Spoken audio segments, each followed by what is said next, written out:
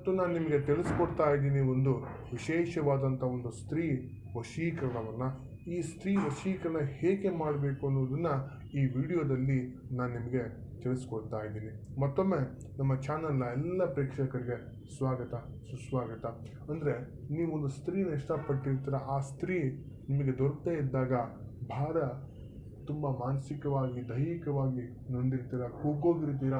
ಅವಾಗ ನಿಮಗೆ ಸಿಗುವುದೇ ಒಂದು ವಿಶೇಷವಾದಂಥ ಒಂದು ತಂತ್ರ ಮತ್ತು ಪ್ರಯೋಗ ಅಂತ ಹೇಳಿದ್ರೆ ನಿಮಗೆ ಅದುವೇ ಸ್ತ್ರೀ ಪುರುಷ ವಶೀಕರಣ ಅಂತ ಹೇಳ್ತಾರೆ.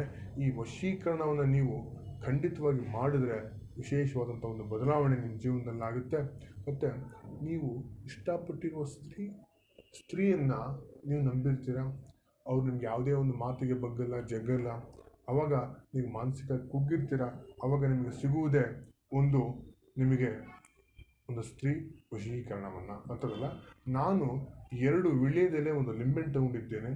ಆ ವಿಳ್ಯದ ಎಲೆ ಒಂದು ವಿಳ್ಯದಲ್ಲಿ ರಂಜಿನಿ ಅಂತ ಬರೆದಿದ್ದೇನೆ, ಒಂದು ಸ್ವಸ್ತಿಕ್ ಮಾರ್ಕನ್ನು ಬರೆದಿದ್ದೇನೆ. ಮತ್ತೊಮ್ಮೆ ನಿಮಗೆ ತಿಳಿಸ್ಕೊಡ್ತೀನಿ. ರಂಜಿನಿ ಅಂತ ಬರೀಬೇಕು, ಮತ್ತೊಮ್ಮೆ ನಿಮಗೆ ಒಂದು ಸ್ವಸ್ತಿಕ್ ಮಾರ್ಕಲ್ಲಿ ಸಹ ಇದನ್ನು ಬರೀಬೇಕಾಗ್ತದೆ. ಮತ್ತು ಒಂದು ನಿಂಬೆಹಣ್ಣಲ್ಲಿ ಒಂದರಲ್ಲಿ ಓಂ ಅಂತ ಬರಿಬೇಕಾಗುತ್ತೆ. ಈ ರೀತಿ ಓಂ ಅಂತ ಬರಿಬಿಟ್ಟು ಅರ್ಥಾಯ್ತಲ್ಲ, ಬರೆದ್ಬಿಟ್ಟು ನೀವು ಅರ್ಥಾಯ್ತಲ್ಲ, ನೀವು ಇದನ್ನು ಒಂದು ದಾರದಲ್ಲಿ ಕಟ್ಟಬೇಕಾಗುತ್ತೆ. ಈ ಒಂದು ದಾರದಲ್ಲಿ ಕಟ್ಟಬೇಕಾಗುತ್ತೆ. ಈ ರೀತಿ ಕಟ್ಟಿ ನೀವು ಒಂದು ಅರಳಿ ಕಟ್ಟೆ ಅಥವಾ ಆಲದ ಮರ ಅಥವಾ ಅಶ್ವತ್ಥ ಕಟ್ಟೆ ಅಥವಾ ನವಗ್ರಹ ಇರುತ್ತಲ್ಲ, ಆ ನವಗ್ರಹದಲ್ಲಿ ಹೋಗಿ ಇಟ್ಟು ಬಂದರೆ ಸಾಕು, ನಿಮಗೆ ವಿಶೇಷವಾದಂಥ ಒಂದು ವಶೀಕರಣ ಕೆಲವೇ ಕ್ಷಣದಲ್ಲಿ ನಿಮಗೆ ದೊರಕ್ತಾರೆ. ನೀವು ಇಷ್ಟಪಟ್ಟಿರುವ ಸ್ತ್ರೀ ಅಥವಾ ಹೆಂಗಸು ನಿಮ್ಮ ಜೀವನದಲ್ಲಿ ಬಂದು ನಿಮ್ಮ ಬಾಳು ಬಂಗಾರ ಆಗುವ ರೀತಿ ಖಂಡಿತವಾದಂಥ ಒಂದು ಬದಲಾವಣೆ ಆಗುತ್ತೆ.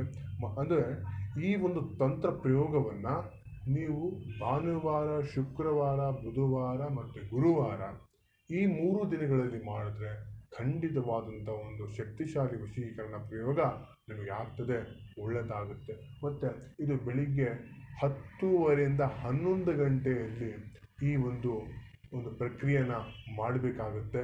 ಖಂಡಿತವಾಗಿ ಮಾಡ್ತೀರಲ್ಲ. ನಿಮಗೇನಾದರೂ ಹೆಚ್ಚಿನ ಮಾಹಿತಿಗಾಗಿ ನಮ್ಮ ಚಾನಲ್ನ ಸಬ್ಸ್ಕ್ರೈಬ್ ಮಾಡಿ, ಕಮೆಂಟ್ ಮಾಡಿ. ನಿಮಗೇನೇ ಡೌಟ್ ಇದ್ದರೂ ನಮ್ಮ ಚಾನಲಲ್ಲಿ ಕಮೆಂಟ್ ಸೆಕ್ಷನಲ್ಲಿ ಕಮೆಂಟ್ ಮಾಡಿ. ನಿಮ್ಮೆಲ್ಲ ಒಂದು ಅನುಮಾನಕ್ಕೆ, ಒಂದು ಡೌಟ್ಗೆ ಖಂಡಿತವಾದಂಥ ಒಂದು ಪರಿಹಾರ ಒದಗಿಸ್ತೀನಿ ಅಂತ ಹೇಳ್ತಾ ಈ ಒಂದು ವಿಡಿಯೋನ ಮುಗಿಸ್ತಾ ಇದ್ದೀನಿ. ಎಲ್ಲ ನಮ್ಮ ಈ ಒಂದು ವಿಡಿಯೋ ನೋಡಿದ ಎಲ್ಲ ವೀಕ್ಷಕರ ವರ್ಗಕ್ಕೆ ನಮಸ್ಕಾರ.